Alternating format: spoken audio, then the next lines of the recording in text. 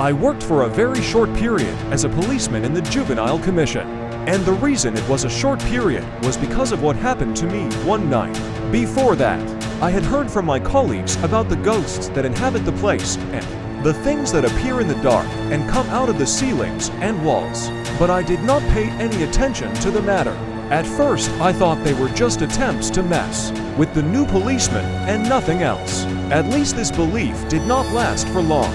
On the same night that I heard the stories, I went down, as I was required to the underground floor to have an inspection look.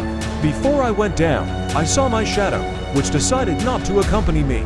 I stood on the stairs for a few seconds and watched my shadow continue its way down while I remained still. I remained in place as I watched him walk, clinging to the wall. I followed him, but he had disappeared into the darkness of the basement.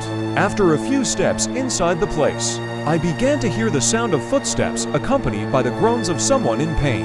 I thought it was someone, prisoners, so I searched for him everywhere until I found in front of me my colleague on shift tonight.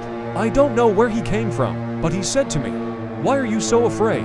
Have you seen the shadow that lives in the place here?" Yes, I saw him, and I also heard the voice of someone here.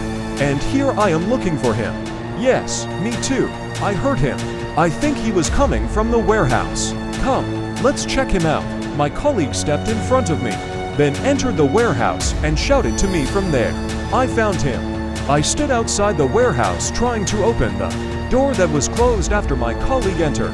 I don't know how, but I did not succeed in opening it. I asked my colleague to try to open it from the enter, but he also failed. Then he asked me to go to the guard room upstairs to find something with which to open the door. I left him and ran quickly to the room, thinking about how he would spend these minutes alone in that scary place. But when I arrived, I found him there, sitting on the chair listening to the radio. I asked him, how did he manage to get out of the warehouse? Then he answered me, saying, "What warehouse? And when I go down there, it's your turn to check the basement." I did not say a word. And in the morning, without mentioning the reason to anyone, I left my job as a policeman, and I had not told this story before this time. Thank you recently for listening. Subscribe to our channel to receive our videos.